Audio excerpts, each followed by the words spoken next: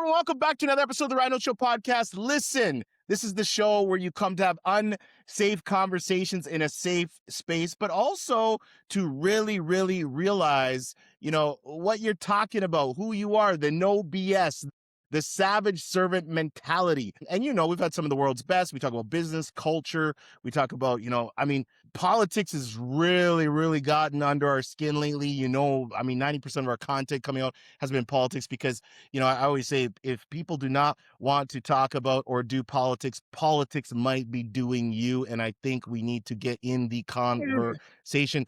I have one of the best crisis management people. And why I say she's the best, because some crisis management personnel are good at managing other people's crisis. This lady has had a few of her own personal crises. So not only is she doing it professionally, she's done a lot personally.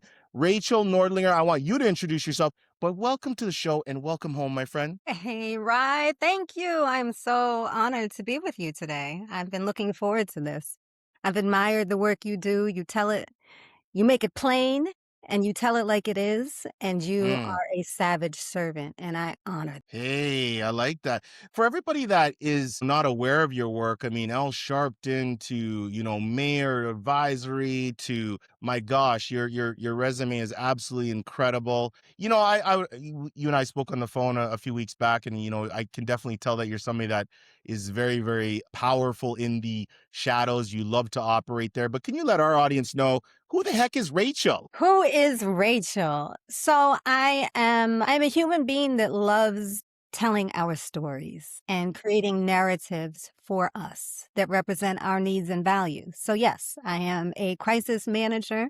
I love to do all things that relate to publicity and media activism, because most of my career has been used to amplify and find issues that we need to publicize to change humanity or better us in some capacity. So the framing of media activism was something that I actually learned. For 28 years, I've been Reverend Al Sharpton and National Action Network spokesperson. And so he's always been a media activist. We've been on the front line of some of the most historic cases in this century. And so it's pretty amazing to see the work that you do, turning demonstration into legislation or getting, a variety of accomplishments in various spaces. That's absolutely incredible. I want to talk to you about, these are just so relevant. I'm kind of upset about it too, but this $1.776 billion fund that Donald Trump has secured by, basically suing the IRS, but almost like him being the plaintiff and the defendant. And now this $1.776 billion is going to some of these, quote unquote, people who rioted the Capitol and all these things. And again, you can probably speak to this a lot better than I can. I am based in Canada. I've been following American politics. You are in the mix of this. I want to get your thoughts on this. The internet's going crazy about it. Some people are saying this is just a slush fund. Some people are saying he's never going to pay it out. Some people say it's just corruption in broad daylight. What is your take on this? It is all of the above. Look, this week I paid the largest tax sum I've ever paid in my 55 years. I almost cried after I did it. And I had to do it. I had a deadline that I had to meet, but I've never had to put forth that sort of money.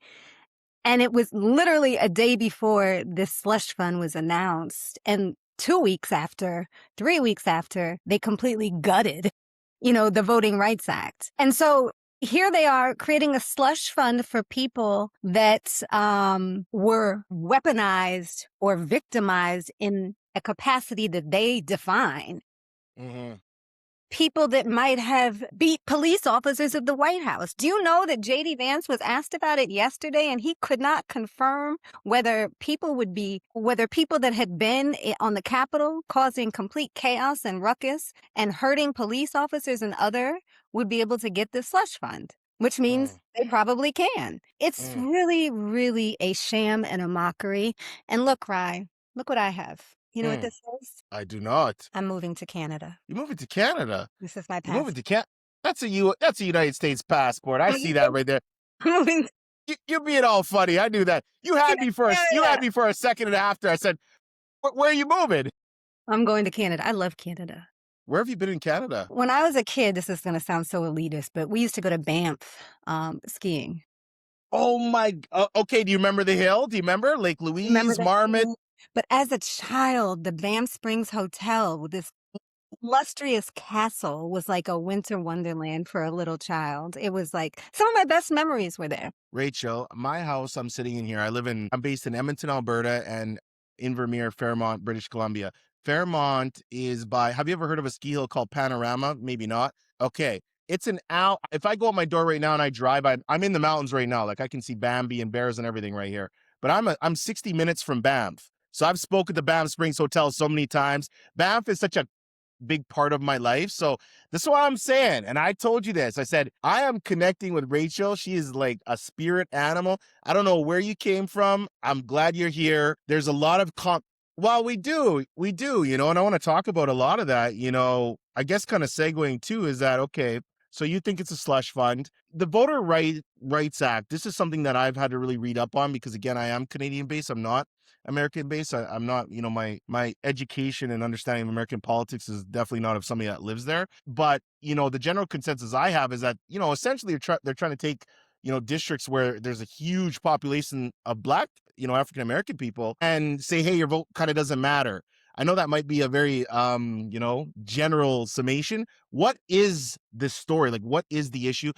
Because I really want our listeners to understand what this means and why it's such a massive impact. It's taking us back to potentially before Reconstruction in 1776. What it is doing is diluting Black power in the most extreme capacity. And literally, the day after this voting rights decision happened 3 weeks ago, Tennessee, Alabama, Mississippi, Louisiana, you see in real time the desecration of our rights. And look, yesterday, 5 states voted. And there were some really amazing things that happened that gave me so much hope. Like Black women in Atlanta showed up and showed out.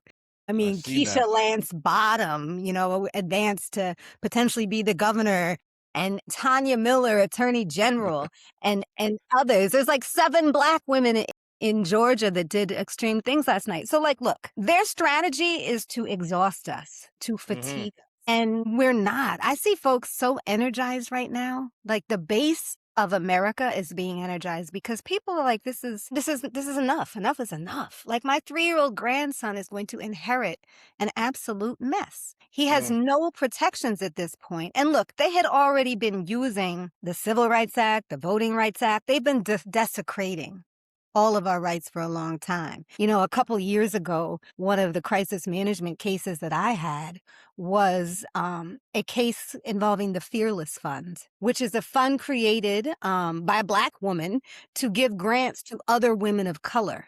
And the same architects that dismantled affirmative action, put together a campaign using the Civil Rights Act of 1776 and a statute in it around fairness in contracts, essentially saying that, and this was, by the way, for freed slaves. This was just after, this was a reckoning for Black Americans to be able to have rights. And the right wing has taken this, and in this particular case, they used the statute in the Civil Rights Act, and they said, you can't give grants to women of color, you have to give them to everybody. The Fearless Fund ended up, winning the case, but not after a very long, arduous, drawn-out process, which is what is happening now, because you see the legal system working in overdrive. And quite frankly, the states are where ultimately the most protection is going to come in. These state courts are knocking these decisions back down. Some are supporting them, but it's a mess. It is a holy mess. And we've got to get up and get out. I did an emergency call last night. I'm a part of a collective called the Black Women's Leadership Collective. And we convened an emergency call. There were thousands of women on the call. Marching orders were given out. I mean, it's an energy that is really, it's out of necessity. It's not what we want to be doing. Do we want to be at 10 o'clock on a Tuesday night having to do a mobilization call and coming up with marching orders so that people have different designated action items in each of their states? No, who the hell wants to do that in the middle of the night? But we are here, and we're in a very bad place. But look, we're energized. I'm not all gloom and doom.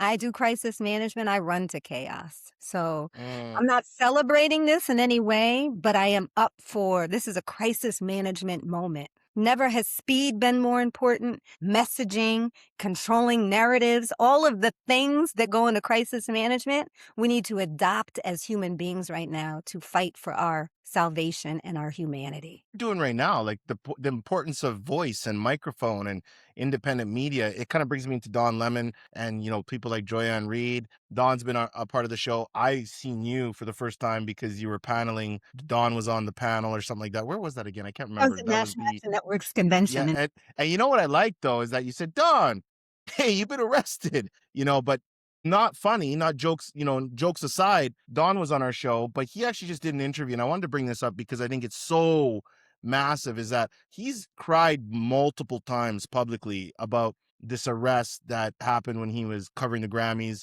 in LA. And him and his husband, Tim, just did an interview. And he said, it was really crazy because he said he was coming back from this after party.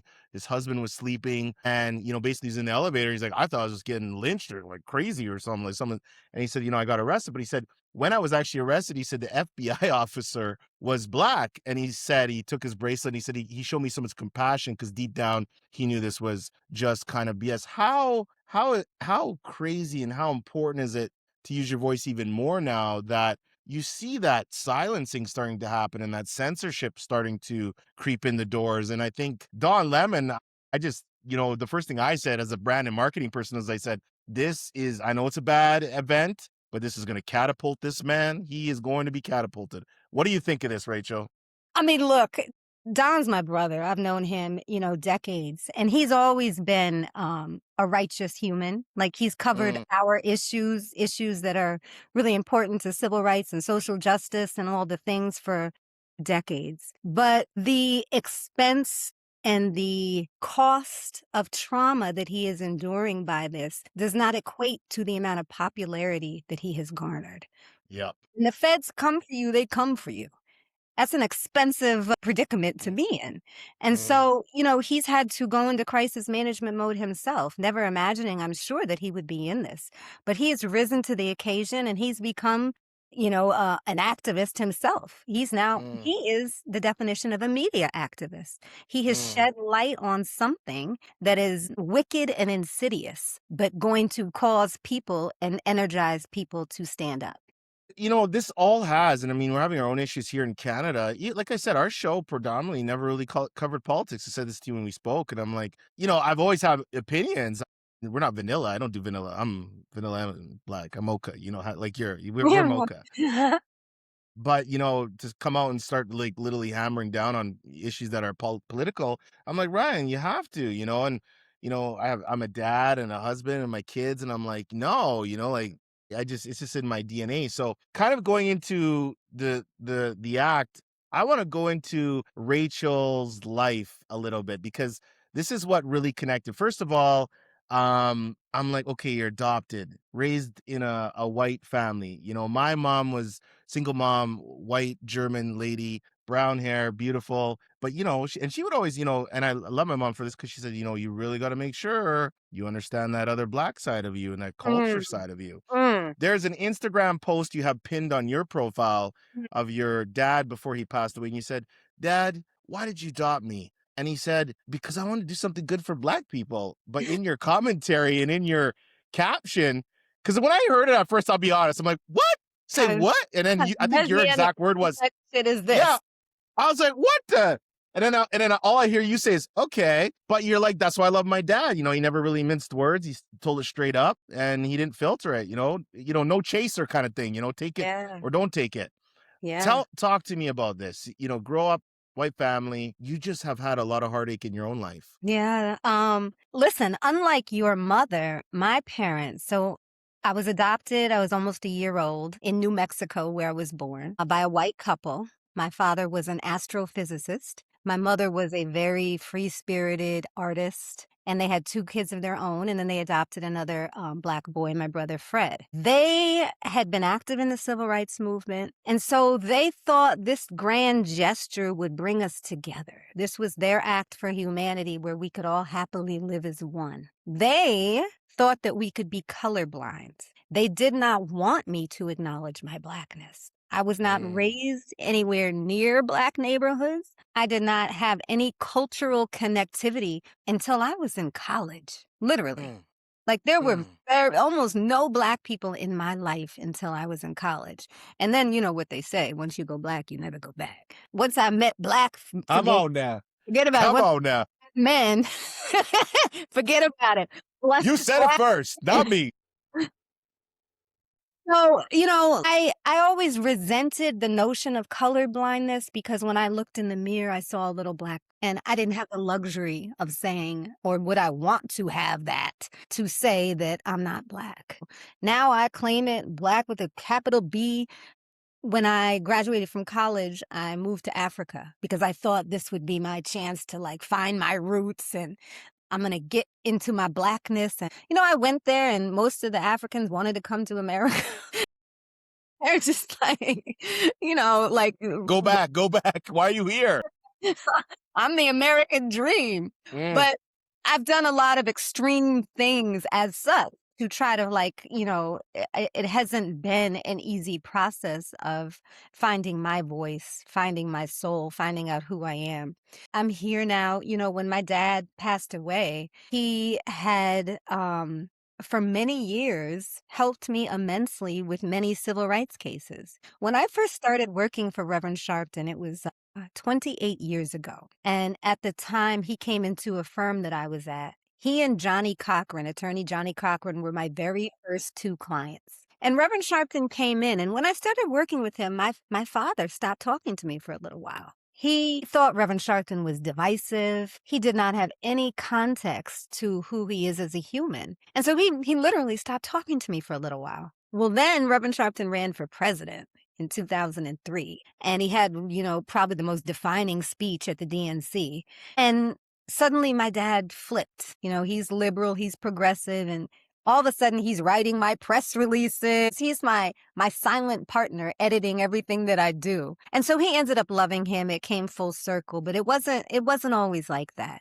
And so my childhood, we moved over 15 times all over the country, even Holland at one point. My dad would get restless. He would teach at universities. He'd go on sabbatical. They were just, you know, it was hard as a child to move so much. But it also, you know, I'm grateful today because I've seen a lot and I am able to identify with a lot of different diversity. What is on your heart? You've been, we talked before and you said, Ryan, I do a lot of interviews. I'm scared what I'm going to say. I look at all your social posts, you just can sense that there's so much on your heart. You're talking a lot about, this part of your life, this chapter of your life has been, the one of the best. You talked about, the silence and the, protecting your energy. It's kind of like when people say, you have a bad relationship with somebody. I'm crazy about relationships. We talked about, I'm a crazy filterer. I'm very much a lone wolf when it comes to that. And, people always think there's going to be this goodbye. And I'm like, listen, bro, the silence is the goodbye. The silence is the goodbye. Yeah, look, Right? nothing is more important to me at this point in my life than my peace of mind, my Mm. wellness, my serenity. I'm very reclusive. You know, when if you look at my social, you think I'm out and about, I'm outside. I am not. I am in my crib by myself. There are weekends when I don't even like talk to people. I love my quiet space. If I'm not with my grandson or my son, generally I'm doing something inside or quietly somewhere. And that comes out of the need to protect my peace. When you do crisis management for a living, you inherit the energy of mess. And while I love to run to crisis and chaos because I was raised in absolute chaos, so it comes naturally to me, when I am off, I'm off. You know, like Mm. that's the real deal. And so look, you mentioned relationships. Like I had a relationship that did not go well, which caused me to really do some reflection and self-introspection and really recalibrate. But it was the best thing that ever, I had to go completely no contact, but it was the best thing that ever happened to me because it forced me to completely relearn who Rachel is. And so look, I'm in a really happy place. Mm. Oh, I love that. What's going on in your brain as we talk right now? What are you thinking? How does your mind Thinking work? about you, I was wondering what's something nobody knows about you? I think there's lots. I mean, something funny, but I've said this plenty of times publicly, is if you're somebody that does not take care of your feet, you are completely deleted out of my life. The Yeah. pedicures are a must. Yeah. And this started when I was 13, and it's like a band camp story, let me tell you. I was a part of a marching band with my church, it's Lutheran church. My mom was adamant that I go to church when I was younger. I went on this tour across Canada. It was really amazing. I can play this. I know how to play the saxophone and the trumpet to this day, Mm. but it was literally a marching band, and so we would go through, there'd be like parades and festivals and things like that. I remember this girl, and I wish I could find her name. I made her famous. She doesn't even know she's famous, but she was not a nice looking woman. Okay, but listen, this is how I knew it was, and I'm telling you, even when I talk about it, like I'm planting myself in this moment, like I can visualize it. We're on one of those tour buses, and she's doing her feet, and she had the most beautiful feet I'd ever seen. Rachel, I was stuck on this girl the whole time. People couldn't figure it out. I'm like, yo, like I gotta be friends with her. And that was it. And it was like, I don't even know where this came from. Uh, And so it is something like to this day, like I say it out of jokes, but then it's something that I've studied because I'm like I'm obsessed. so you have a Like I foot just fetish? well, even if I look, yeah, and it's like women, I'm like, great, you can show the assets and all you want. Doesn't do nothing for me. But feet, because, I kind of figured it out was because my second biggest attraction is conversation. Mm, Conversation is seductive. mm, If you can't talk, like what do we have? There's nothing there. facts. So, but what I realized in kind of studying women was that women who would, lead with the assets, but then it's almost like, on the outside, your grass is cut, everything's great, and then I walk in your home and your home is just a mess. That tells me everything I need to know about you. Mhm.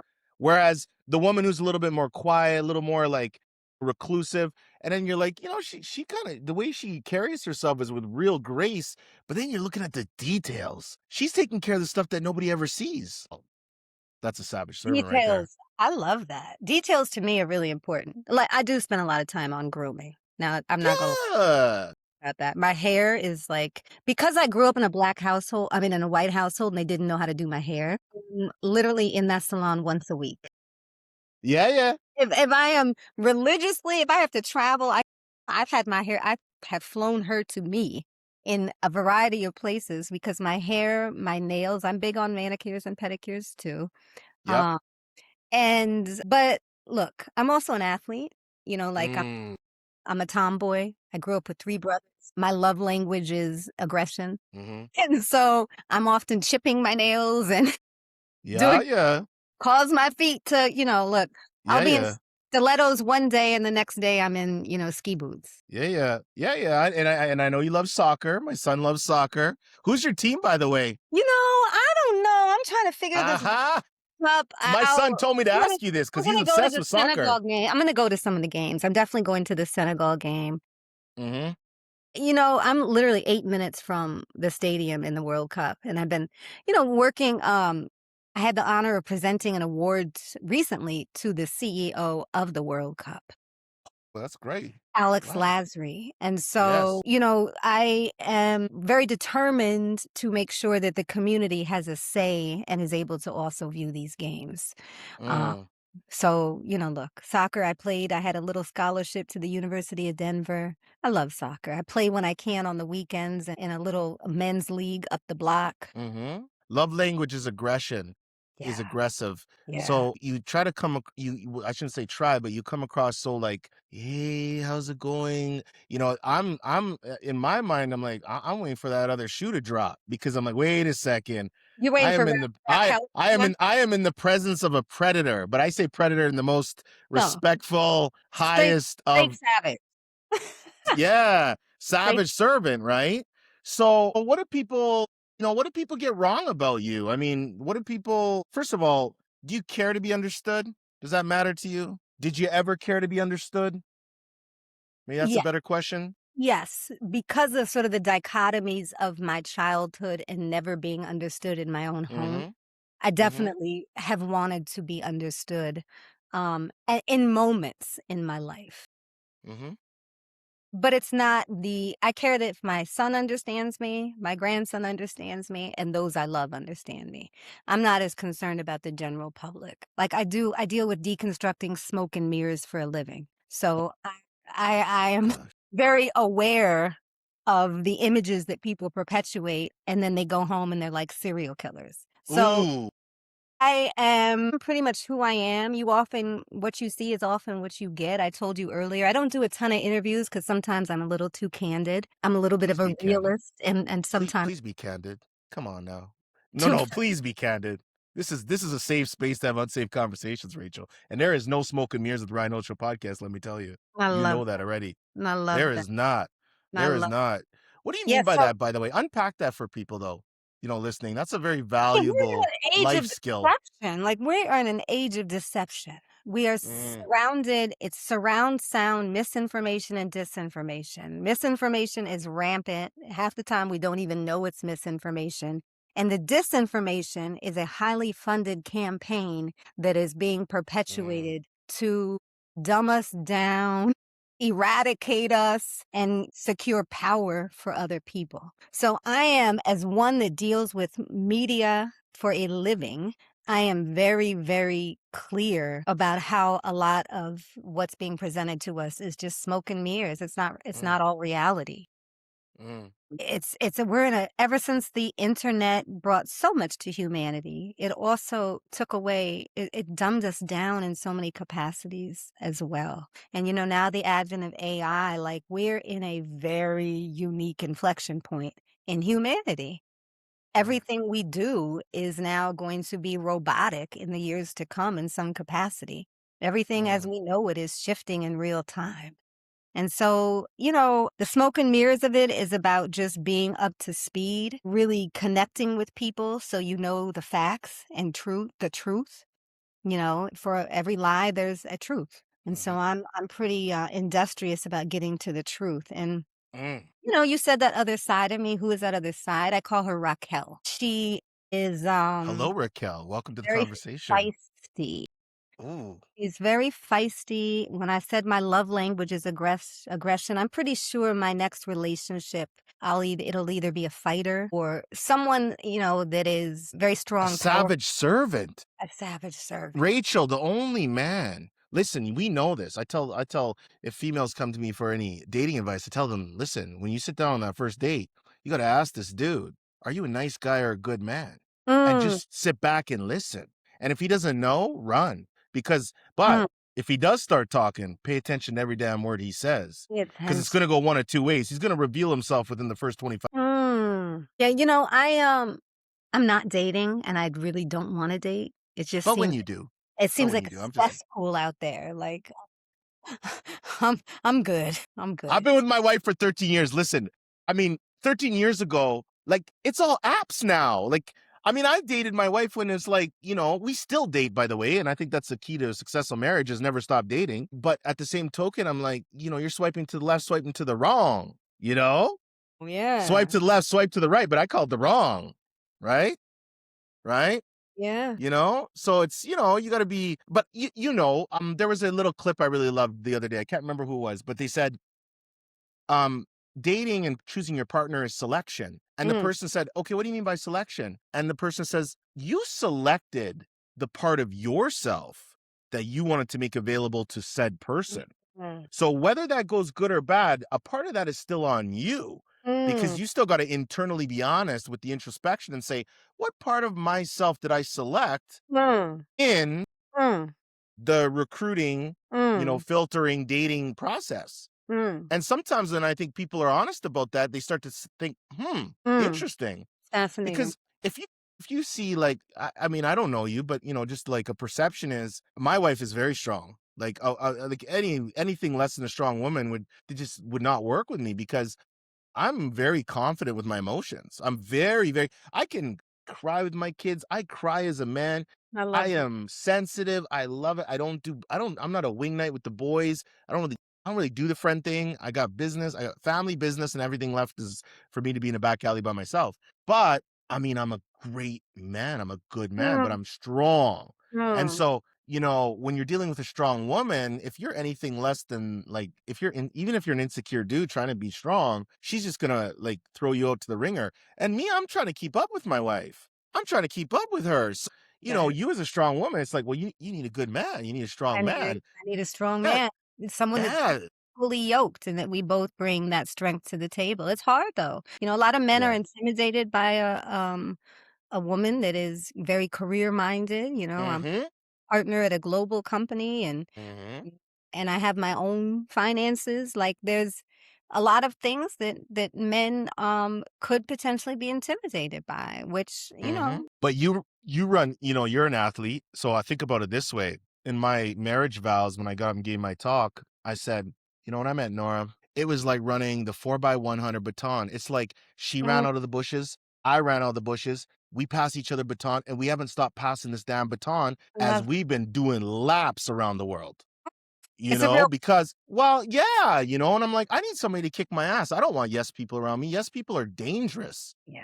I don't want any yes people. I Yeah. don't like yes people around me, and I don't like people around me that don't have some scars. Like, probably the more the better with me. Like, I wanna know that you got some war wounds because I got enough for a whole community, and so it's important to me that I have someone that has lived. So if we need to be in a foxhole, you're gonna be able to live and fight our way out with me together. Well, yes, and you know what? You asked me one thing I don't really talk about much. I don't talk about because I don't think really anybody asked me, but it'd be random to bring up. But when I came to this world, you know, I lived my first 90 days in a hospital. I mean, I had 23 surgeries as a newborn baby. Technically, my mom's like, you were dead for like 3 seconds, man. Like you were a fighter. I remember and then the after treatment of everything. And my mom was like, the doctor said, if Ryan can breathe, talk, and walk, consider him a blessing.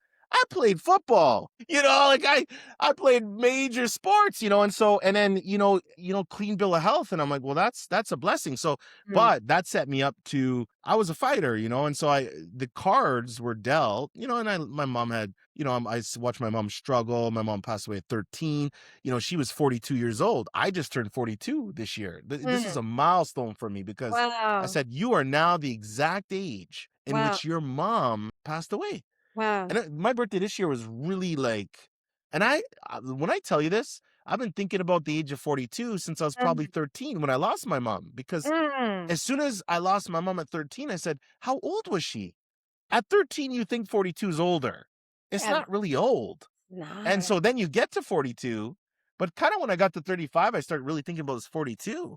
And I'm like, Mm, oh my God, my mom was a baby. She's a mm, little baby. mm, And, my God. And then I think about, the innovation, and she's a woman in banking and the ease, mm, and, going out and start a janitorial business, taking me along, walking into these businesses, pitching for janitorial contracts, then saying, okay, Ryan, let's go for lunch. Like I was seeing a boss woman. So think about this. Fast forward as a man, it, all I was surrounded by was like top notch women. Women mm. are everything in my life because I What have a so much to thank for a woman, but I'm used to it. Like, after football practice, I'm like, yo, ladies, let's go get some peekaboos. Let's go look at some 3-inch heels. Come. That's why I said I seen that outfit the other day. I said, well, orange is my favorite color. yes.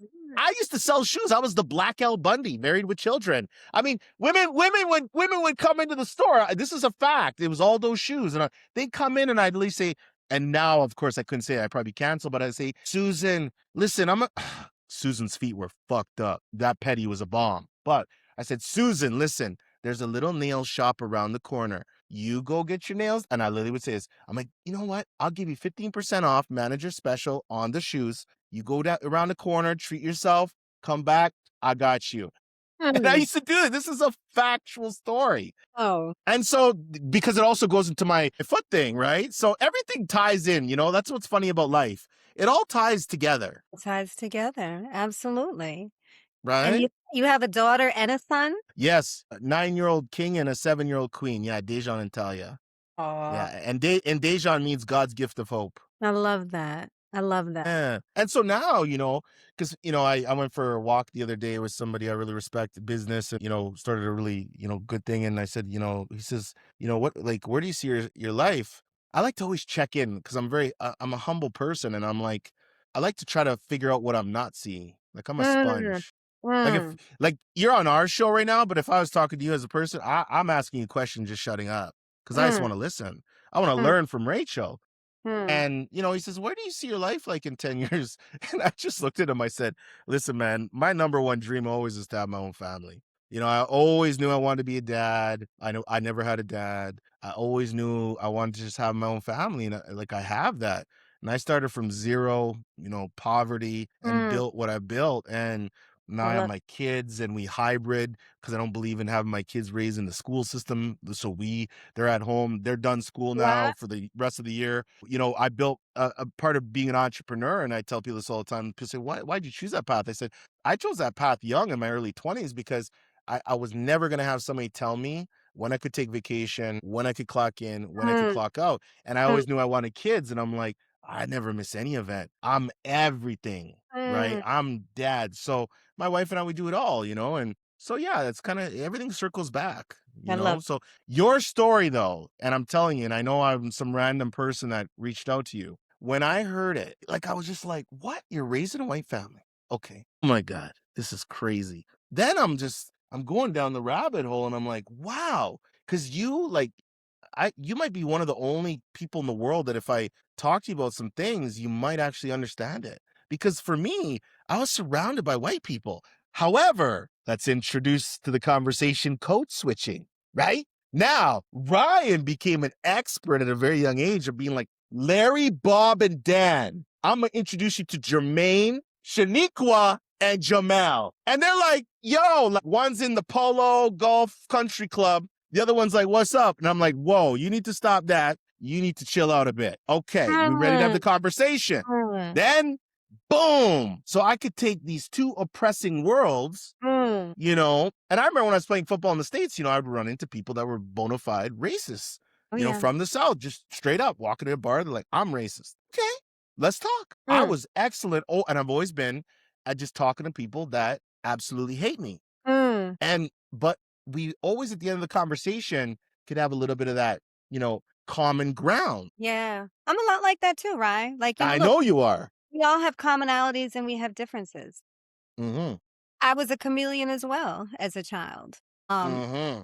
until, my adult life. There came a point when I realized I will not code switch anymore. I am who I am. Take it or leave it. I didn't even realize as a kid that I was code switching. It was just a survival mechanism, to be frank with you. I didn't know the theoretical term for it. But I have really committed to myself that I'm just going to show up for myself in an authentic way and like it or leave it. Mm. Like it or leave it. Dad's astrophysicist, mom's artist. I heard you say something. My mom walked into the water. Yeah, she took her own life. So, mom was a huge free spirit. She was very, she would do things like when we lived in New Mexico, she would run through the canyons topless. Like, she was constantly doing things as a child that horrified me. I was embarrassed. She was like damn near a nudist. Like, my parents literally traumatized me. But as I evolved and grew, I'm now seeing the same person in my body. I'm very free spirited. There's a lot of times that I'm home and I do not put clothes on. Like, I'm a bit of a free spirit. But yeah, my mom, when you're a kid and you move 20 times, you find a way to, you have activities at school, you find a way to connect. As a struggling artist, it was always very hard on her. I didn't know until years later that she had, mental health issues. She tried a couple of times to take her own life before she ultimately succeeded. It was likely the most devastating thing that's ever happened to me. She took me I was on my way to a European soccer tour. I was a sophomore in high school. No, I was a junior in high school. I was going away to Europe for a month. And she dropped me off at the airport. And the intention was that she was going to pick me up when I returned a month later. Month goes by, had an amazing experience. We wrote each other letters. I fly back into LAX. I go to my best friend's house, and mom is supposed to come pick me up there. She never showed up. And so, in the middle of the night, I had this feeling in the gut of my belly, like something was not right. And I called home and my dad was like, yeah, they found her body washed ashore. at Huntington Beach, which is in LA, and she took her own life. She was not for this earthly things. She was never happy. She got to the point where she couldn't conform anymore.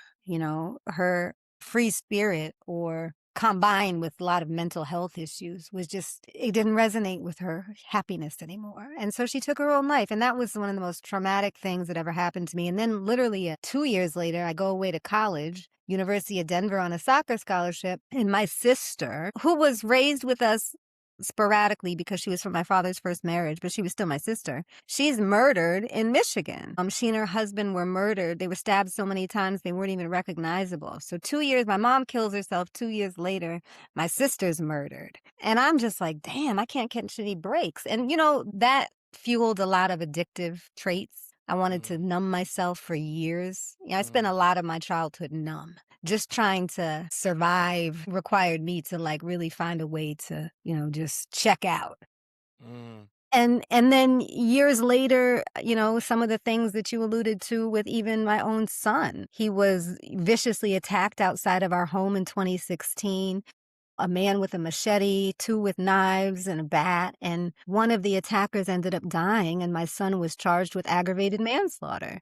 So I had to fight the whole goddamn system. And you can do crisis management all fucking day, but when it comes to yours, it's a whole different ball game. That shit was hard.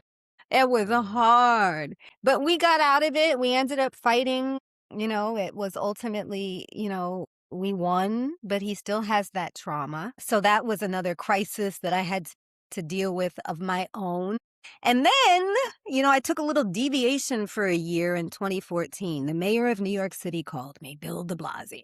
He called me on Christmas friggin' Eve and was like, can you meet my wife and I in Brooklyn? I'm like, bro, it's Christmas Eve. But he's very convincing and forceful. So I met him on Christmas Eve, and he asked me to be the chief of staff for his wife, First Lady Charlene McCray. And I'm like, I've never been a chief of staff. I have baggage. I've been arrested twice. I'm with a man that has a criminal record the size of a country. I believe in second chances, and so I've always gravitated to people that had war wounds. The mayor high fives me, oh, we love it. I'm like, my gullible ass. So I get into City Hall, right? And I'm navigating with the First Lady. I'm actually working a lot with the mayor himself on a variety of things. And then Eric Garner was murdered. He was murdered in Staten Island over a cigarette. My proximity to the mayor and my proximity to Reverend Al Sharpton made it so that I could be a bridge to the community and start to have conversations about how New York should respond to this incident. You got to remember, there was Ferguson. There were all kinds of things happening around the country where people were rising up. And so as soon as I started galvanizing the community around conversations about, Eric Garner, there became a campaign that was initiated to try to basically kill me by needle. So they couldn't get to the mayor. They couldn't get to Sharpton. So I became the subject of a very serious campaign by the safety community, the Patrolmen's Benevolent Association, the sergeants, all of the police. They came together and they used the fact that I was in a relationship with someone that had such a criminal history. They used that against me, and I ultimately ended up leaving City Hall. But that was another crisis management situation that I had to navigate, because this was not Donald Trump days. So now you can do anything, and it's a badge of honor. The bar has been moved, Rachel. It has been moved. I don't even know what you could do. The bar is the bar. Oh my gosh. Literally nothing you can't do. But at the time, this was I was on the cover of the newspaper for weeks. They were camped outside my house. It was stupid. And here we are. Here we are. I mean, okay. What is your I used to ask that question, where do you want to be 3 to 5 years? I can't even do that anymore with AI and the way things are changing every 6 hours. I like to ask people what's on your radar? What is the goal now? What is the, what's the mark for you? You're somebody I know that's constantly, once you get to that goal, you're moving the goalposts, you're moving the goalposts. I guess what's the daily joy now? What's the daily fulfillment that you say to yourself, because we know your life is just days and micro. That's why, you own your morning. I know you 5 a.m. club. Hey, what rah rah. You own your morning, you own your day, you own your day, you own your week, you own your week, you own your month, you own your month, you own your year. I mean, your life is just days in miniature. So what is the day like? What is the day the way you want it to be now? Or are Yeah, you working to construct it in a different way? my happiness is defined by my grandson who lives Mm, the block. He goes to school on my block. So at least 2 nights hey. I'm in town and not traveling, he stays with me. And then Mm, I'm really focused on things that are going to better my position. Because I take health and wellness so seriously, I'm partnering with various, entities. The last couple years, I had adopted a fully vegan luxury hotel in Costa Rica. I went literally, uh, I think 9 times in 12 months. So mm, that's been my serenity and my escape. But business wise, I've been focused on a moment. And that moment is I'm a founding equity partner at a public strategy company that is now among the top 10 fastest growing in the world. So we are working towards an event. Will that be next year, the year after, the year after, the year after? I'm not sure, but mm, it will be an event and I will probably go sit on a hill for a little while, but then I'll be back at it.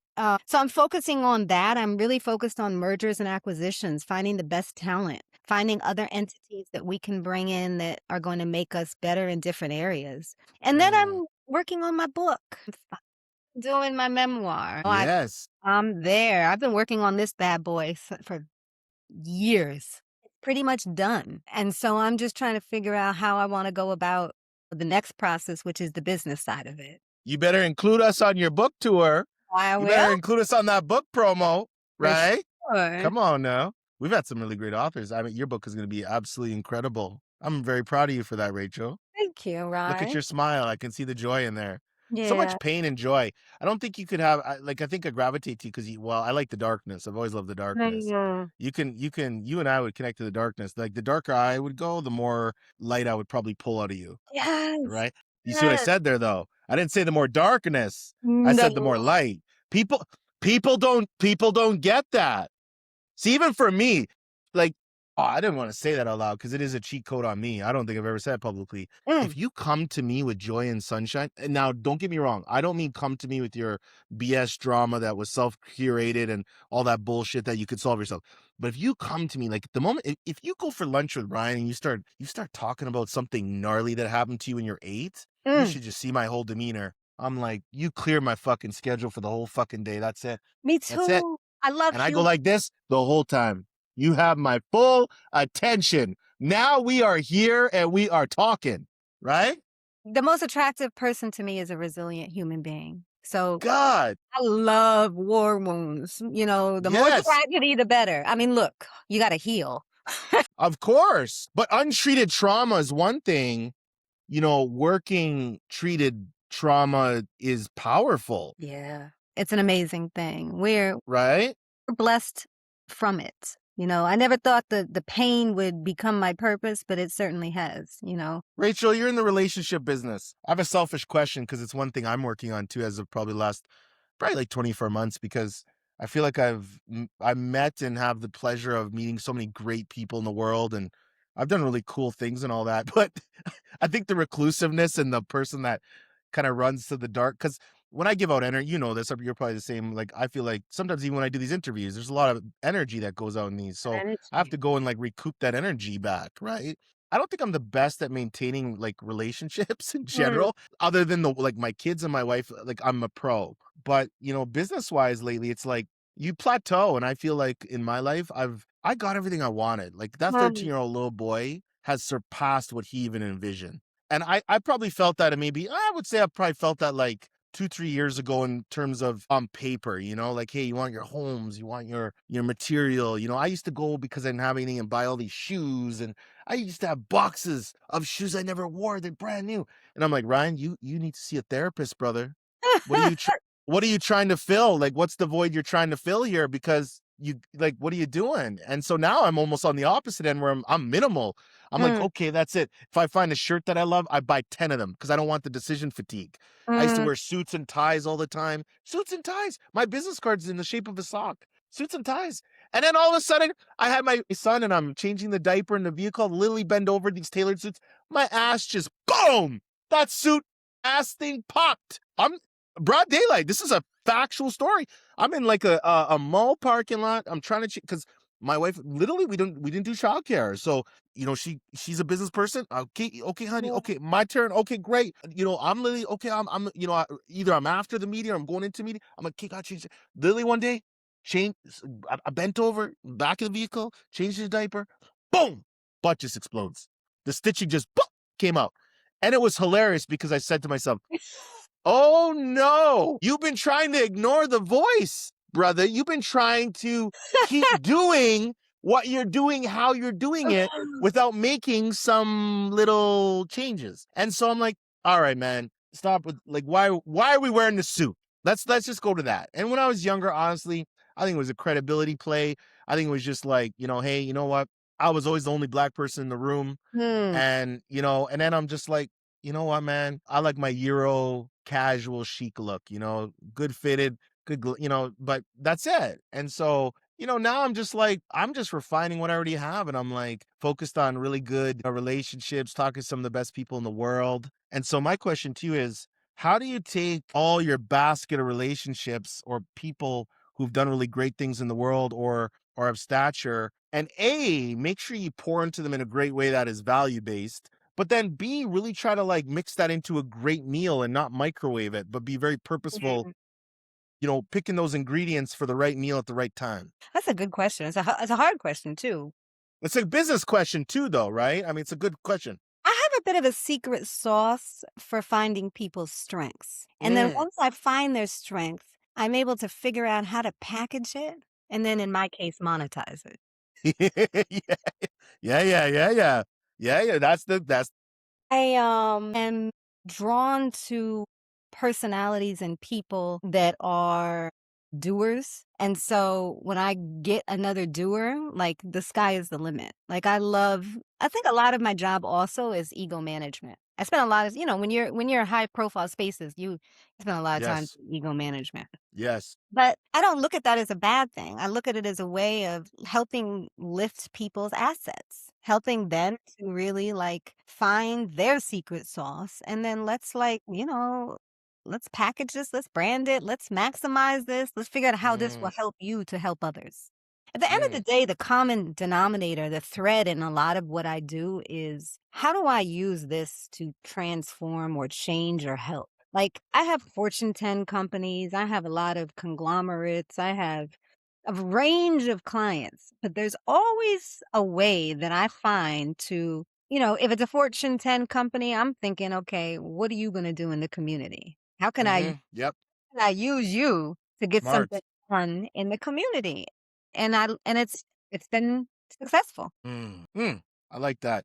So you're based in New York, what would you say there's something, I think this is an unused and untrained human emotion, embarrassment. People are Mm, so afraid of being embarrassed mm, that they won't make the ask, they don't go after the person, they don't, so many like, even in your basic life, even if you go to a hotel, there's so much better, you can have such a better experience if you just take 1 second. Like, I mean, I check into a hotel. I think it's a psychology process because, people, they check into hotels and some of them are really nasty to those front end yeah, staff. yeah. And they're just like, da, da, da. And for me, it's a Chris Voss hack, never split the difference. Mm, And, it's like, you look at the worker, you say, look, I appreciate, I always say this, they're automated. They see so many damn people. So, they're just hearing me, okay, hey, yeah, next. Okay, coming. mm, I'm like, I see you today. How are you? Long day? mm, They go from their little key card thing to because mm. they're in a trance, Yeah. right? And so, you know, you can have such an elevated experience in life if you're willing to go out and make yourself look like an absolute jackass. So, why are people so afraid to feel embarrassed, even though on the other side of that embarrassment is everything you want? It's funny. I mean, that's a great question too. I mean, look, I think part of because embarrassment can sometimes lead to missteps, and we're in a Mm-hmm. cancer. We're in this age where, you do something embarrassing, you can lose your livelihood. Mm-hmm. Uh, I'm Mm-hmm. pretty unembarrassable these days. Like, I've fallen so many times that, like, there's very little that, like, I could do that would really embarrass me. But I think that embarrassment is just fear. We are grounded by fear. And so once you realize that it's fear, then you start to look at it differently. And you're like, I'm not going to be afraid. Mm. I'm not gonna be that person. So once Mm. you take the fear, and I have to stop myself on a daily basis. Like, when I think things, I'm like, "Okay, where is this coming from? Is this coming from a place of fear? Like, is this the little Rachel? Like, who's talking Mm. right now? Is this the little woman Mm-hmm. fan? Raquel. Come This on, Rachel? Raquel. Like, who is this? Who's Mm-hmm. coming out today?" My goodness. Oh my goodness. Rachel, I could talk to you forever. We'll do this again. You've given me Yes, so much of your right. time. It was fun.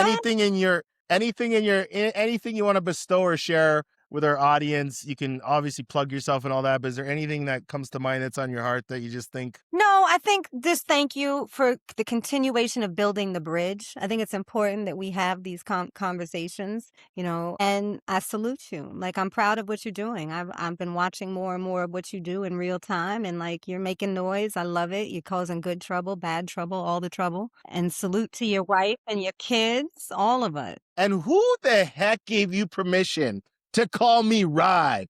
Which is like stems from my mom. Where did this Rye come from? You It just must know came some out. other It just Ryan. naturally. No, You it just must know some naturally. other Ryan. Well, there's a Ryan at my job, but I don't call him Ryan. Naturally, I I felt a proximity of closeness to you initially, and Rye just came out of my mouth. You know what? I love that. But you know what? In full disclosure, too, for everybody listening to this, too, one thing I love about Rachel, I knew Rachel was Rachel. Maybe it was Raquel at that time. But I said, Rachel, we got to build a relationship. We got to build, I'm not really trying to recruit any friends right now. I'm like, okay, that's okay. Like, whatever. If you don't need a chef, okay, well, I'll go over to the cook. Okay, that's okay. I'll cut the vegetables. I'm going to figure out some fucking way to get into this restaurant. Okay. And it's not going to be microwave. This shit's going to be on point. But you're like, well, I'm like, so you're like, well, this is really nice, right? Yeah, you're like, well, it's nice for now. We'll see. I said, oh yeah. I said, so true, right? Because you meet people, you're like, well, that went well, and then all of a sudden you're like, yo, this person's a nut job because you Yeah, just don't know. You just don't yeah. know. Don't It's so know. true though. Now it was so honest what you said because that's how I feel. People come with their best foot forward, and I'm like, well, we'll see the other foot. Only And time for me, it is pun intended because those feet better be on point. I'm gonna go get I'm actually going to get a pedicure later. Rachel, I appreciate you. If you can just say, my name is Rachel Noerdlinger, and I was just on the Ryan Holtz Show. My name is Rachel Noerdlinger, and I was just on the Ryan Holtz Show. We're so glad you enjoyed this episode of the Ryan Holtz Show podcast. Please don't forget to smash that 5-star review, as Team Holtz will love you for it. Also, say hi to Ryan anywhere on social media using the handle @RyanHoltz1. That's RyanHoltz, the number 1. And if you or your business is looking to expand your brand, book a brand jam with Ryan using the link in the show notes.